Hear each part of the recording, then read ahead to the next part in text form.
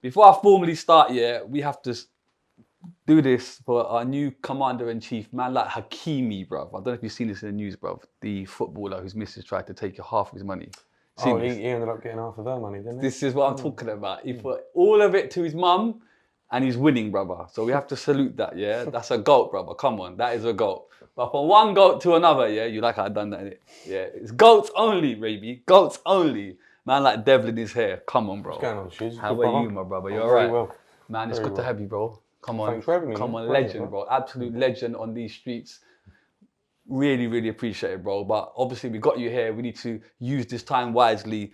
I got to go right back to how the hell did you start off in this, bro? Always liked music. You were Dagenham from start? Yeah, from the start. But always liked music, even from being in the car with my mum and that. Yeah. From the Supremes to Bruce Springsteen and stuff like that. So when I don't know, when I was about 11, 12, and old school garage was about, I liked the tempo of that music. Yeah. And then I moved house. And I had a blow-up bed and a little radio, that was it. It was in an empty room where it hadn't been done up or anything. And I was flicking through and I come across Deja. And Nasty Crew were on, and I heard Sharky Major. And I thought, do you know what, I like the tempo of the garage, but this is almost darker and the lyrics were more intricate. And I started listening to Deja every week, then every Tuesday, I think it was 8 till 10. And discovered like Boys in the Hood, Dirty Dogs and that, and then Roll Deep on Rinse, and started writing my own stuff slowly but surely. Was you making the tapes then? Like recording the old school like sets and stuff? This is before all that. I was just trying to write lyrics. Oh, this is way before. So I'm clocking all these different crews and what time they're on and what stations, and I just liked it. I preferred it to the garage, you know what I mean? And started trying to write my own lyrics, which weren't very good at the time, but obviously it took time. Do you remember your first lyric? No, honestly. Swear down. Honestly, not. No topic, nothing. No. Obviously, it weren't very good. Like, no, starting from scratch. Yeah. No way. I was probably about 12 when I was. And you was just literally just writing bars, and you didn't know about the formation, obviously, no, 16s, like just literally like one rap to another. Just trying to have a go, like, you know what I mean? And just practicing it. I just loved the music. Then I said I was listening every week, loved it, and I wanted to be an MC, so I started trying. So how does someone who's in his bedroom writing lyrics then get to kind of the next step? Because you're in Dagenham, I'm presuming there's not a lot of people doing music around you, or are they? No, well, not that I knew them at the time, but the OT crew were quite big. Yeah, they was on Rinse FM, and obviously I was only a baby at the time, but I was listening to them and all, and so yeah, they was doing their thing. I always thought it'd be nice in a couple of years if I got a bit better to link up with them. They was doing it for Dagenham anyway, so it would make sense. And a couple of years down the line, it happened, right? So how did that transition happen then, from kind of bedroom to a little bit of people are starting to hear me? I got a bit better. Me and me pal Gravity, big up Gravity, we started doing little like mixtapes and stuff like that, and he was making beats. We was going to youth clubs and just getting a bit more involved. And obviously, the older I got and the more I was writing, I was getting a little bit better. Still weren't fully there yet. And one of my pals knew Dogsy. Right. One of my pals, Frenchie, big up Frenchie, and he introduced me one day. And Dogs went, "Yeah, you got something, like I can see you got something. Let me take your number and I'll shout you up." And I thought I'd never hear back from him. And he rang me one night and went, "Do you want to come studio over in Greenwich, Danny C's?" So I went and I done Heat Up, and that was it. Man, we never looked back. Then we was rolling. They was on Rinse a couple of times a week. So I was still perfecting my craft, but I was on Rinse FM. That was a big thing for me. Like Dogs and that, they accepted me and brought me in. Like. So what age is that then? Because you've been writing from what, 12 you say? 12, I was just about 15 then. Right, and is this like 3 years of kind of heavily writing bars? Was you like obsessed with it, or was it kind of a casual? Yeah, no, I was. Because sorry to interrupt, but it's good for like kids to know. Do you get what I'm saying? Like people think that this music just happens overnight. Like I was obsessed. I've always loved lyrics. Not that I don't love beats and that, but if I hear a song, I always listen to the lyrics. So I knew how good I needed to be, but I weren't there yet. But I just needed to go through the years of practice. And obviously I was young. I needed to live a bit more life and have some more life experience. But I said they took me on when I was about 15. And I'd say when I got to about 17, I thought to myself, I'm actually getting it now. It's coming. I knew how good I had to be, but I weren't there yet. When I was about 17, I thought, do you know what? The flows, the lyrics, everything's coming together now to a point where I was half happy with what I was producing, writing-wise. Like. But when you're doing live sets and kind of studio, there's a big difference, right?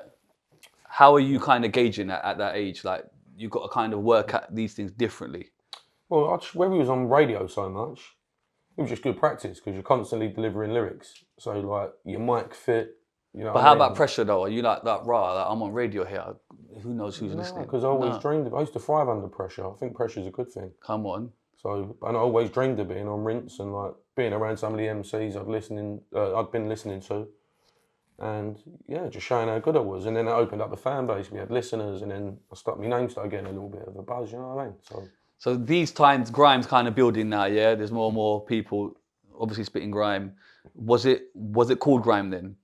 Was the name established then, or was it, or it was just rhyming kind of thing? Do you know what's been No, that long? yeah, listen, been that long, take I it back. couldn't even tell you, you know. But Yeah, I hear you. Whatever they Yeah, call it. you were at the just time, rolling. You were just rolling. I was involved. I liked it. I said the OT crew brought me in, and yeah, like, it was nice to represent the manor, like, all the Dagenham crew, and I was just happy where I was at. Yeah. And I needed an in, and they gave me an in. So from there, I just see it as a platform. This is one platform I've got to. Now I've got an audience.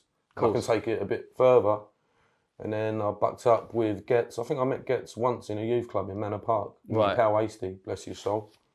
And and they liked me. Like, I remember him going like, "Cool, you're young and you're good, man." I was getting to Ghetts. We lost contact. We still argue, me and Ghetts to this day. I didn't meet you in Manor Park. Well, I'm telling you, you did. When I was about 13, probably 14. Yeah. Just before I met Dogs and that. Yeah.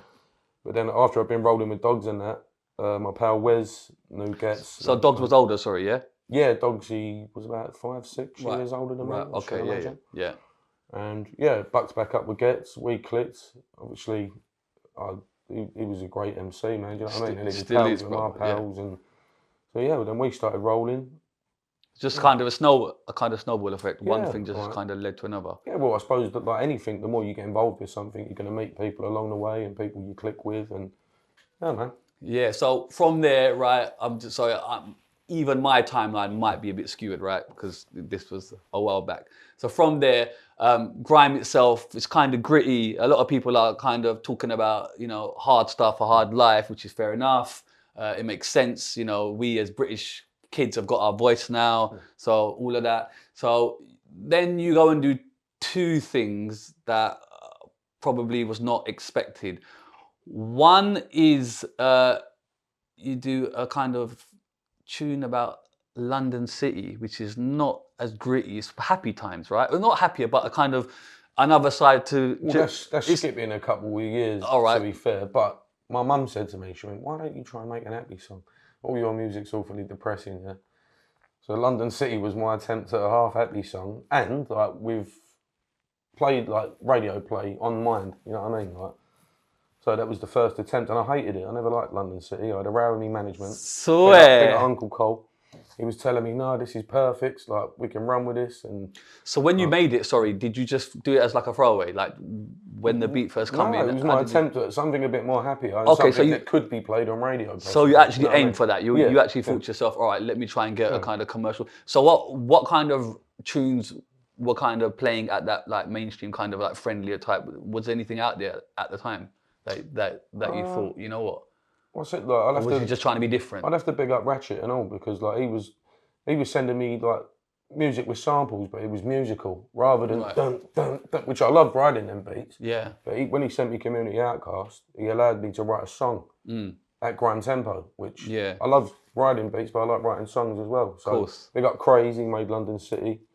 And yeah, it just allowed me to actually make a song at a grime tempo, you know what I mean? The other thing I was going to say is a lot of people were kind of repping their own manner, and you've come along and just put London in, like all of us, which was great to see as well. You get what I'm saying? We had like North Wheezy, like where you come, a lot of East, and for me, it kind of seemed like London City, this brother's repping all of us, which I didn't think was happening at the time. Oh, do you know what? It's hard for me to comment on that because obviously I don't.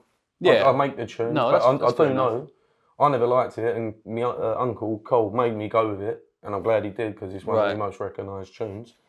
But it got a lot of love, man. Yeah. So was the video planned from kind of start, or did you wait to see what it was doing? No, I vocaled it in Limehouse. I think Dogsy, when he went to me one day, we'll do that tune together. We really like that tune. Yeah. And I just thought, no, I'm doing this tune. So I went Limehouse to Louis White's and just vocaled it. And he probably sat there for a little while until Darren, bless his soul, Mr. AKA, come in and went, "Look, I'll shoot all the videos you want. if you get signed, I'll take a cut. Like, so that's when we done London City, Community, Outcast, Marching Through the Fog, and clicked with Love the Man, bless his soul. Like, were you kind of aware of the business side of things at that junction? Like, because you're young, I'm guessing, how old do you know? I'll be 34 next week. Look a lot older, I bet it's been a while, right? But I'm saying then, you know when you're young, are you aware of what's really happening? Or are you just going for like, I'm going to be on Channel U, it's the big thing right now? Just a bit of a whirlwind for a young kid, you know what I mean? Of course it is. For anyone, but I was only young, but we just didn't know how to storm at the time. I wasn't businessly educated. We were just kids out of the manor making music because we loved it. And all of a sudden, boom, boom, boom, you're on the TV now and you're getting recognised. I found that hard to deal with for a very long time. In what way? I like to keep myself to myself. So I didn't really know how to take the attention. And a lot of it, most of it, was always love. You know what I mean? Yeah. But it took me a while to get me nut around that as a young man. Yeah, just to kind of accept this is like the kind of secondary effect of what I'm actually doing. Because I'm here for music. I'm not here for... But it was what I wanted, obviously. Well, not that I ever wanted to be recognised, but that's part and parcel if you're going to be a bit more successful. But it just took me a minute to get my head around, you know? Yeah, fair enough. But you wanted your voice heard kind of first, as opposed to just trying to be famous. Yeah. That makes sense. That's not a bad way to put it. And then obviously, Ghetts, you obviously meet up with, doing a lot of music with Ghetts. Yeah. Ghetts is phenomenal as far as I'm concerned. I'll sit here with anyone and argue on the table why he's one of the best ever to do it. Oh, he's brilliant, mate. Yeah. And I remember putting a tape in one night. I had to go to my aunt's in South London the next day. I don't know why I had an early night, but I taped the Shizzio Show. And I remember storming, bless your soul as well, brother. Yes. He had a bar back in the day, me and me brethren Ghetto. I think, who's this Ghetto character?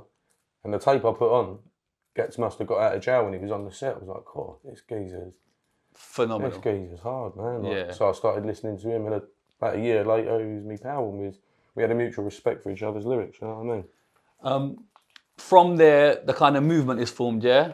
Talk about the movement. Like, who was in the movement? Because to me, it's like the Avengers of music, as far as I'm concerned. Well, there was Selector Unit, my pal from Day. There was me, Ghetts, and then Ghetts introduced me to Sculpture and Wretch, all for the lyrical, brilliant MCs, you know what I mean? Merkston, Lightning, you had Criminal rolling through. But it was just good. It was such healthy competition. Yeah, but this is what I was going to say. I think that was the best thing about it, because we was all good. And we knew we were good. You want to outdo him, and he'd want to out. So I think it stepped everyone's game up. Like. Is this in kind of sets or on tracks or both? On both, but mainly we done sets. We did do a movement album. You did? The sets were lively, man, because everyone was good. So the sets were just fun. I enjoyed them, man. Yeah. You go there thinking, right, I've got to do well today. I've got to do. So push her. Because for me, one of the biggest travesties is why the movement, like, there wasn't more kind of music. Because to me, it's like the Avengers of grime. Like, you've got the greatest lyricists, flow, all of that. Like, it's just so much to take in. It's as just a fan of music, and like you're here, the elite of the elite, and it's like, why was there not more of it? I can't answer that, but it was like a loose affiliation, really. We come together. Obviously, we all had love for each other, and we come together to do sets, but we still see each other a bit. But we was in East, they was in North. Not that it's a million miles away. I don't know, but I don't know. The A4 or 6, mate. Looking back, it probably is a shame. Because there's some very talented people, and maybe we should have done a bit more, to be fair. Yeah. But they're all good at what they should have. But you don't cry over spilled milk. It's kind of... Was there anyone in charge of the movement kind of thing? Or was it just a case of you kind of just all doing your own thing, and it was just like whenever you kind of was in a room together, cool, and no one really thought about that extra level of kind of management structure? Oh, I was in charge. We just all spoke to each other and got along, organised sets. Risky Roads would come through and film them. And man, that hurts my heart, bro, because yeah, man, I just wish there was more of it, bro. You know what I mean? But yeah, it happens. All right, so obviously you're a white MC, okay? Certainly, yeah. Yeah, it's not the lights, brother, yeah? So some people obviously would kind of, that's what they would go by. There's Devlin, he's a white MC. I've spoken to you about this a few times off camera, but I mean, how does that make you feel as kind of an identity for you? So the only thing that's really ever bothered me is when someone goes, oh, he's good for a white MC. I just think there's no one, any shade of colour that on my day that I don't feel like I'm not a million miles off, you know what I mean? Yeah. So That's the only thing. For me to That's only the ever be only a good thing. white MC, I think is an insult. Because Okay. I think I'm one of the best out of this. I ain't playing me on trumpet, but Yeah. put me with the best out of this country, I think. But I know that's so. not me, you know, I'm a humble No, man. no, but no, no, no, no, I no. know I'm No, half no, decent at no, what no, I no. do. So That's fine. So if they say you're good for a white MC, that's the only bother. But the fact that, oh, look, there's Devlin, he's a white MC, the white guy, that don't bother you. It's a kind of a form of, he's the white MC, but not, he's good for a white MC, he's just a good white MC. You don't, I said the only thing that bothers me, if all I can only ever be is a good white MC, yeah. I think that undercuts a lot of my work. But that's about it, to be fair. But can you appreciate how many kind of British white people rate you? They identify with you more so than, say, me being Asian or someone being black? Because I can, but then again, I've never been one that really cares about skin colour. Everyone needs to get boxed off and eat black, white, pink, but I don't really care. I like music, and if you're good, I like it. yeah, I don't care where you're from or what you do. Like, the only reason I say this is I've seen you out a few times and in predominantly white areas, and the respect you have is amazing. It's great to see. It's heartwarming. Even when you don't see it, I've seen people go, fuck it, let's get that's Devs, you know, like, him and like, I'm very lucky. Do you know what? He's mustard. Bro. We really rate him. Like people that have so much respect for you and they identify with you. Like they got so much love for you, bro. And I don't know if that's, you know, but I just wanted to point it out. I've seen it with my own eyes. Like people like and of different colours, absolutely. But I'm saying there's people feel like he was one of us, man. Devs is the guy. I just think like anyone that's ever showed me love, I would have had nothing without. So I'm just thankful to anyone that ever showed me love, ever supports my music. And I'm a humble guy, you know what I mean? I'll speak to anyone, I'll try and keep it humble. So I'm just happy that people got behind me, you know what I mean? Yeah, no, I hear that. Right, okay, so let me just talk about some of your kind of mainstream entries, because obviously London City and those kind of tracks are at a kind of a Channel U level. There's a period where a lot of artists are now getting like mainstream, N-Dubs, Strider, Chip, etc. How was you feeling about that stage of kind of grime as it was kind of transcending into this kind of mainstream genre? I thought it was good, to be fair, because we all come from not much. We'd all done the graft, we've all done our apprenticeship, so it was time for people to make some money, you know what I mean? So you can play the game. You don't have to sell yourself right down the river to play the game. You can have songs for that, you can have songs for this, you can do your freestyle still. I always try to do that, but yeah, I just thought it was good. People were earning decent money out of the game. So what was your first mainstream? Was it was either Runaway or it was Game Over? I'm not sure. I might have this wrong because there was Game Over with Strider. I don't think Game Over was mainstream. That beat was hard. I thought it was dirty. Yeah, but it was pushed as a. And the lineup was sick. That was amazing, but it was kind of pushed as a mainstream record, wasn't it, from Strider? I don't know. Because Strider already had that mainstream kind of level. But I disagree there. Just because it was popular doesn't make it mainstream. I disagree with you there. Okay. I thought it was hard. It was the hard. lineup was powerful, and people you had everyone's different fan base then coming together over one song. Yeah. I don't know how Strider got that lineup together. It's murder trying to get everyone on the tune, you know what I mean? But Strider at the time, to be fair, was mainstream. Yeah, he had a lot of pull. His clothing was like everywhere. Like all of his songs were like, do you know what I mean? So I thought it was a very bold move from him, really, because he kind of went in a different direction, and it was a harder song. That's what I'm saying about playing the game. He had some songs that might have been mainstream, and then he drops a tune like that. So I think that's good. You've got to have the balance, ain't you? You've got to have different tunes. But so when you get on a song like Game Over, do you hear verses that currently exist on that track, or you just send an instrumental and then you just do what you're doing? No, it was cheating. You can't hear. That's how I grew up.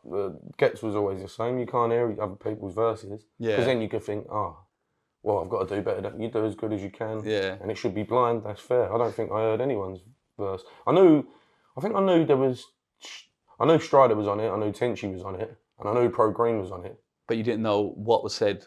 Hence why I dropped their names in. I tried to put their names in a little bit, but I didn't know that.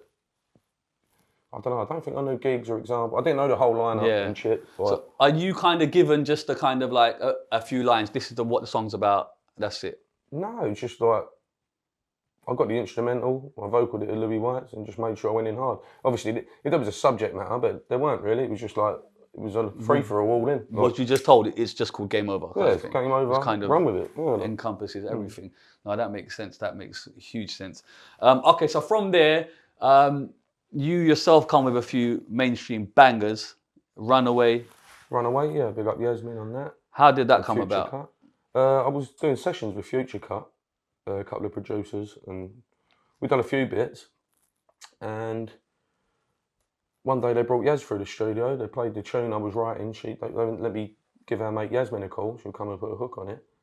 And yeah, she smashed it, man. And that's how the tune came about. So, are you signed at this point, or is just yeah, I was signed to Ireland. So Ireland signed you prior to this. Yeah. Okay, so about 2021, I think.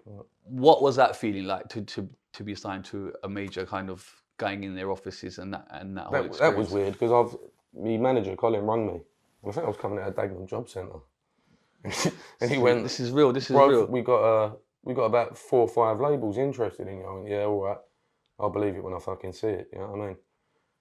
And then he was like, "No." I went, "Yeah, whatever." Never get too excited, man. You know what I mean? Until it actually comes to fruition. And then about a week later, he was like, "Come on, we're going to have a meet. We're going over to Kensington. We've got to see a few record labels." And I was still a bit like, until it's happened. And yeah, it just blew my head.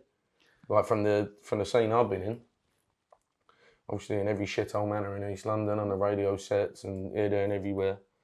And yeah, we was in big offices talking about big money, and yeah, it was a shock to a lovely shock to the system. But then I started to think, Jesus Christ, this is actually happening, you know? Like all those years of work. Like, so kind of how are you making money? I was only a youngster. I didn't have no fucking money around me. But still, as like a youngster, we want the fly shit. We want whatever's out at the time. My downloads were going all right at one stage. We want the Nokia 3310, mate, with Snake. Oh, mate, I always had a shitty old phone, mate. No, but do you get me? Like you just got by. You weren't even. Do you know what? I was lucky enough. I was the youngest on the firm, wasn't I? So I had a lot of older pals I was rolling with. They made sure I never went without. Like, whenever I was out and about, which I was always out and about. Yeah. So, but yeah, then when my name started buzzing a bit, my downloads started coming up, so I'd nick a bit of money off iTunes and stuff like that, and then signing on, maybe a few days work here and there. Like, just kind of getting it wherever you can. Like, and then obviously when these deals are made with Ireland stuff, once again, are you really aware of what kind of deals or what it really means, or do you kind of, is it just full trust to management, or are you just so young and just excited to be there that it kind of don't really matter either way? Well, I know it changed my life. It was just shocking. I remember actually signing the deal when we settled with Ireland. I signed the deal and I had two bottles of Bollinger. I don't even drink champagne. I remember them pictures when people used to sign these things. 2 bottles of Bollinger, and I just got a cab back to Dagenham. And I rung me DJ, Big Beats. I said, brother, I just signed a fucking record deal. For serious money. I've got 2 bottles of champagne, I'm coming yours. And we had a smoke and a drink that night, you know what I mean? And probably still didn't sink in for a little while until we started making tunes and dropping them, you know? So when money comes in, you got like songs like Rewind as well, massive, even to this day it's on my playlist. I like Rewind. I'm very harsh over a lot of my songs. Once they're writ, they're gone. Rewind is, but I like Rewind. It's outstanding, bro. Yeah, so that hook, how does that hook come in? Is it pre-recorded? Did you work off the hook, or did Diane come in? I think she was Canadian or American, forgive me. Right. It was one of the two. I'm sure they must have played me. What studio was I in? It was over West London. And they showed me the beat, I really liked it, and I think it had the hook on. Oh, it had it on. When I'm feeling this, and I can write around this, I could get my subject matter around that. So I vocaled it, liked the beat, and yeah, obviously when you're making an album, you're making all these tunes, and a million of them got dashed to the side, but that was one I wanted to keep, and the label was probably happy because it was like radio friendly as well. But yeah, it was just a nice song. As I said, I like doing grime tunes, rap tunes, and I do like writing songs and all. So that wasn't even an attempt at a commercial record, but it was radio friendly. It was just me trying to write a nice song, and I liked it. Did you think it would kind of do what it was going to do? Or? No, I didn't think. You know what? My motto used to be work hard and expect nothing. So by that stage, I'd already got to somewhere I didn't think I would ever be anyway. Yeah. So yeah, I was just rolling. Yeah, I didn't expect anything, to be fair, but it ended up being a top 10. I think I had 2 top 10s with Watchtower and Rewind. And yeah, that was nice to say. That I had must a be couple of mad, top like tens, the yeah, feeling like you come all this way from your bedroom, you're grafting, you're out here doing sets. You probably hit the most gulliest areas, raw spitter, and you're in like the charts. This is like top of the pop stuff. Yeah, that was nice. How does that? How does someone deal with that? Like, do you I just just see it as a blessing. Like it was a nice blessing along the way. Like to say I've had a couple of top tens. Not bad from starting off with a pad in a bedroom and a radio, you know. Hey, I'll drink to that, brother. I'll drink to that. Right, so these times, obviously, you're probably touring the world. Any like kind of places that stick out in your mind, or not the world as such. Touring the UK, Yeah. most of the major cities, doing shows in Ibiza, Greece, Yeah. Mallorca, and so it was nice to. Because when we was growing up, when we was young, obviously, all me and my mates, you never had much, and you needed money to leave the area and do things. Yeah. So it was nice to be able to go to me pals then. I was that little bit older, and I was going, right, we're going here this weekend. And then we're going there, and then we're going there. So it was nice to take Arthur Dagnan with me and go see a bit more of the world, whether it be the UK or Europe, or just to take all the boys out with us, and you looked after. It was just a lovely feeling, to be fair. Just rather than sitting around the flats or, do you know what I mean? Bumming around when you was young, you know? I hear you. So you're making money now, right? What's kind of the first kind of thing you do with a kind of large chunk of money, or what does one go and do when he signs a deal and he goes home and he feels like his dreams have been achieved? I've never been that materialistic, to be fair. It was just nice to be stable for once. Yeah. And I was stable. When I rented a gaff with me pals, had a snooker table, bar, and Come on, boom room. Had some fucking good times around there. You know what I mean? And yeah, just living comfy, man, enjoying it. I didn't go and buy no Porsche or nothing. That's not really me. But I was stable and it was nice. But kind of mentally knowing that you've got this comfortability now, how does that feel? Like, you know what, I can actually like not worry about X, Y, and Z and concentrate on ABC. That was lovely. But like, I don't know, it does sweep you away. As I said, I was a young man, it all happened very fast. But I've always stayed grounded, but you're just partying all the time and you're there and everywhere and all of a sudden birds want to know and like... Come on! It was just, it was like a whirlwind. Enjoyable though, very enjoyable. It was a great time. I drink to that again, fella. I wish it was a proper one, but I'm driving. Okay, so you know you're going out with your friends and stuff. Are you kind of responsible, kind of taking them out, paying for them and stuff like that? How does that kind of burden on you? Does it burden on you? I don't know, like, because obviously I can imagine your kind of friends suddenly become a lot wider. Nah, but I always kept my circle small anyway. Just the people I grew up with in Dagenham. That was it. Never had no hangers on us, like just.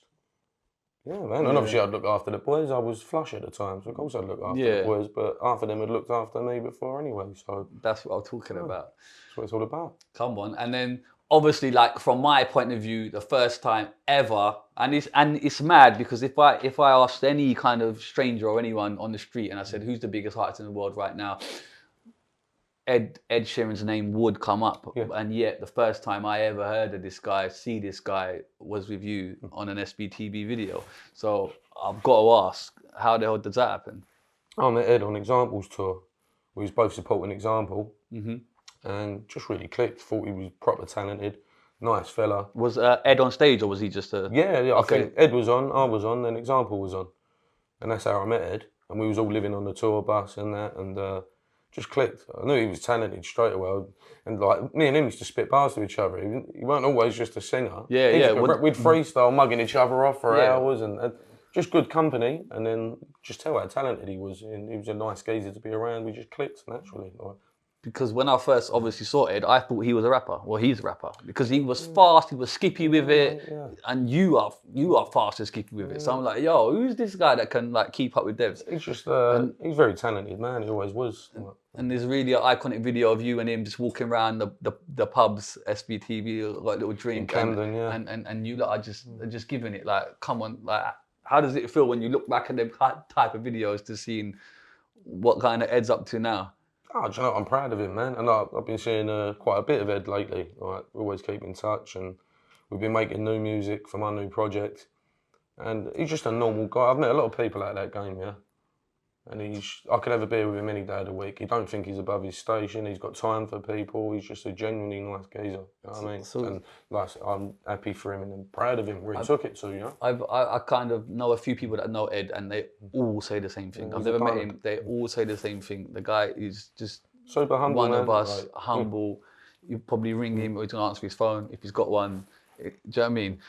Just kind of talk about the kind of tough times for you, because music's always up and down. How has it always been kind of juggling when kind of one day you're doing all these tours and then suddenly the phone's not ringing as much to a point where you kind of maybe questioning where you're going forward with this kind of music game? Oh yeah, I've had them times, man. But the people who know me and follow me know I'll make an album and then I'm going missing for a year. Yeah. But life gets in the way. You got stuff you got to deal with. I can be quite. A lot of creative people are up and down, left, right, and centre. So I've definitely been like that over the years. But like because you have contemplated stopping, haven't you? Yeah. Yeah. And what's the reasons for that? Just kind of. I couldn't explain myself. I'm very up and down. Right? But when I'm in a good mood and I'm on it, I'm on it. Right?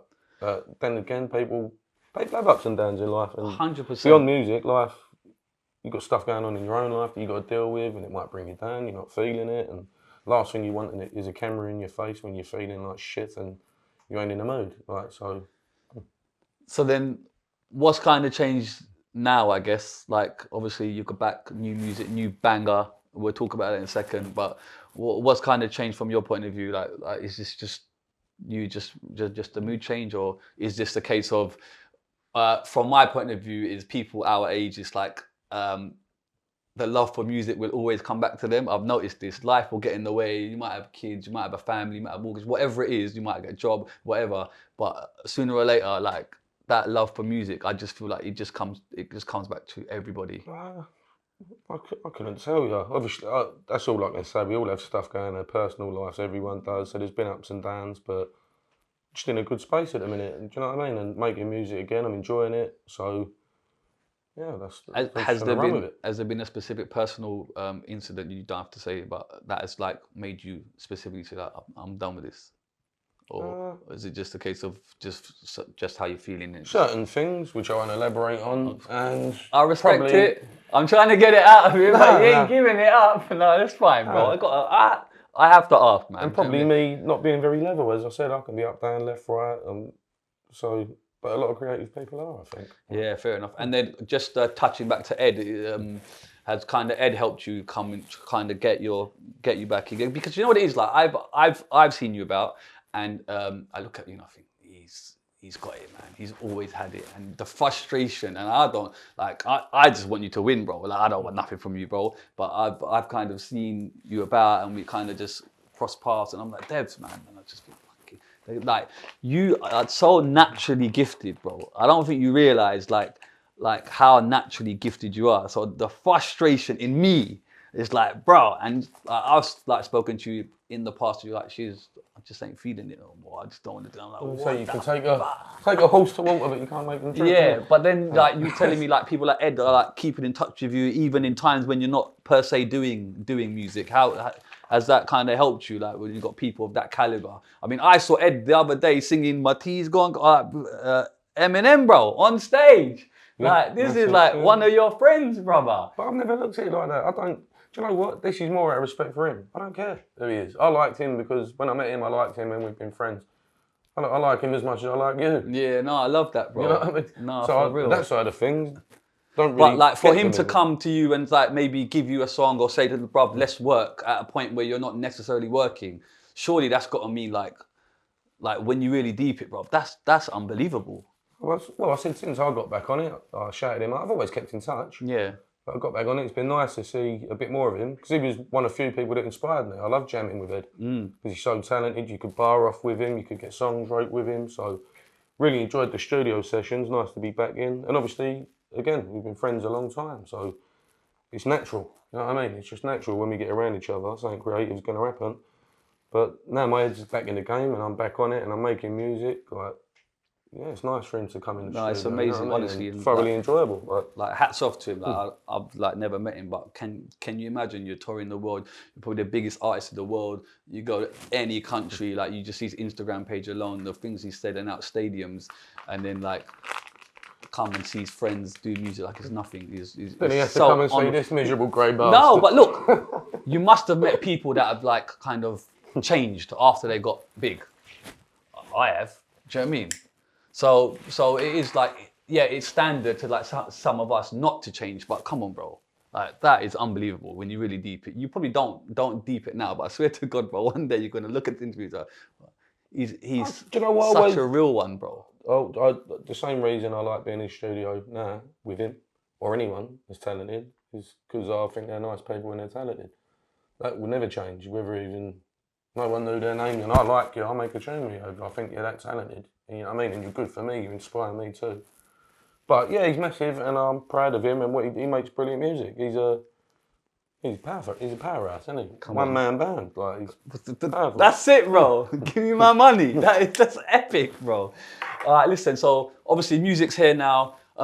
Is it fair to say you're back, or is it fair to say like you was never here? How are you kind of seeing this kind of innings now? No, I'm back. I've got an album in the works, and we're just adding to that. We just released the first single with Chip. Yeah. Done the fire. Big up Charlie Slough. Done the fire in the booth. Let people know I was back. So just had the tune out with Chip. So that's the first single off the new album. Yeah. So we're going to be releasing singles, and yeah, the album. Could drop the album tomorrow if I wanted. So but I still want to add more tunes to it. I think there's. So the tune is hard. Don't try it. Man says we can't run out of bars like an alky where the main strip is. Like where are you on lyrics, bro? Because right now I'm not hearing a lot of good lyrics out there from people, bro. I'm sorry. I'm from the day where if I'm giving you my ears, yeah, it better be worth it. So we're talking from the school of metaphors, double entendres, like make you think what the hell is he saying, and you've always come with that. But what's going on out there now? Is it like, can you notice the change in kind of the content of music? Well, I said that's why I fell in love with grime. Because everyone had their own style. It was different, and you had the not so lyrical grime artists, but there was a lot of people with clever lyrics, and the way they 100%. structured their lyrics were clever. I've always appreciated writing, but Yeah. not everyone listens to music for the same reason. Some people just like the beat, some people like the image portrayed, and it's a different generation now. So. But how does that make you feel now when clearly this generation is kind of not as hung up on what is being said as opposed to quick melody, repeat, whatever. Do you know what it is? I see it like this music like it's like conveyor belt. It just comes, gets famous, falls off, next one. Do you know what I'm saying? Do you know what? I don't really consider it any of my business. What people like is what they. I listen to Big Pun still and Slim Shady and Nas, and I like them all these years later because they're lyrical, and I'll always like it. There'll always be people that are fans of lyrics. Absolutely. But nowadays, I know what you mean. The music is selling. No, it's not that lyrical, but it's a different generation's vibe, you know. Do we sound old, bro, by saying that? We're getting old, I man. speak to people and I'm like, am I old? Am I sounding like what the old people used to say to me? Because I'm hearing stuff and I just don't get it, bro. Honestly, I was always a fan of lyrics, yeah, so I'm never going to buy into a lot of the new music. Because it's not that lyrical, obviously. But I think it's more so about the beats and the image portrayed and everything that goes along with it. But everyone likes music for different reasons, and it'd be boring if people didn't, I suppose. It's crazy, and then obviously Chip, who is a G, bro. He is a G. I'm not gonna lie. Big up Chip, you man. gotta give him his flowers, man. He smashed that tune. He smashed it, but Chip come out and said, "Grime's dead, soldier, great grand, bro." Like, what's man talking about? Grime's dead, bro. Talk to me. You'd have to ask Chip. I never wrote that lyric. But what do you feel? Do you feel Grime's dead? I don't know what he meant by that. Does he mean people are saying Grime's dead? Well, so's your fucking great man. I don't know. See? I didn't write Wordplay. Wordplay. That's what I'm talking about. But how do you feel Grime is as a kind of scene? Is it dead? Is it? I don't know. It's all going back to the label thing. Are you bothered? I've always made the music I've wanted to make. So call it what you fucking want and big up everyone that supports it, really. Like, you can call it what you want, but people that support it, thank you very much. Like, are you bothered? Nah. Yeah. And then, have you got a management this time? You're doing it by yourself? Obviously, the game's changed. You can bring music, you can shoot your own videos. Budgets for videos are significantly cheaper with amazing camera and tech. You doing it all on our own. Me, Jimmy Sharp and Louis White. Got a good Big little up team Jimmy and there. Louis, by the way. Louis is a certified G. Oh, From, Louis's been there since come before on, I was there. everyone knows about Louis, yeah, everybody. And Brad as well, he's sitting right there, come on. Yeah, so Big up now, Dowie. come on. Yeah, so just to kind of have it now, it's like you're not fussed in regards to, are you bothered about, I don't know, what's the aim now? Is the aim to kind of, I don't know, chart or what's No, listen, I'm just enjoying music again. I'm lucky enough to have like a cult fan base where I've been there so long, and they're very good to me, support me whenever I put music out.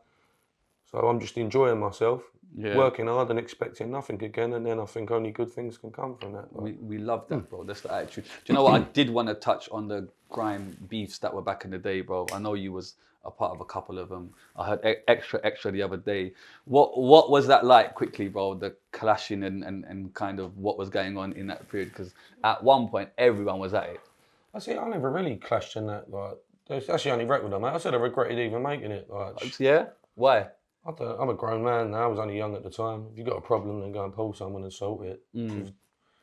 I don't know. Then again, it's entertainment. And Was that a peer like pressure thing because you were part of the movement? Maybe they were kind of going at Wiley and. No, I was just probably young and trappy. Like, no one could put a gun to me to make me make a record. But and again, it's entertainment, so it probably was a bit of fun. But but then going fast forward, you got to make Holy Grail with Wiley, which is an absolute. Do you know what? I think it's one of the best grime tunes we've ever done. It was a pleasure to do that tune. Like. Which needs to go on Spotify, bro. I tried to check for it. Where the hell is it? It's not my record. See, this is the issue out here, man. Can we please get these old school records on Spotify? I've been searching for them. I can't find them, man. No, I did. I really like that tune, man. Please, can you just do it for the fans, bro?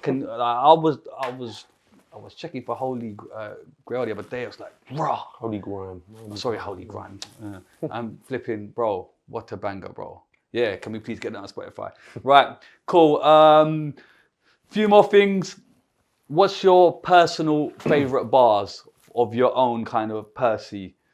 Ones that you like? What, from me? Yes. I was always pretty proud of Community Outcast because I was only young and I thought that was quite a good song that I wrote. Probably, yeah. Like I said to you earlier, a lot of the stuff, once I've wrote it, I've heard it a million times in studio.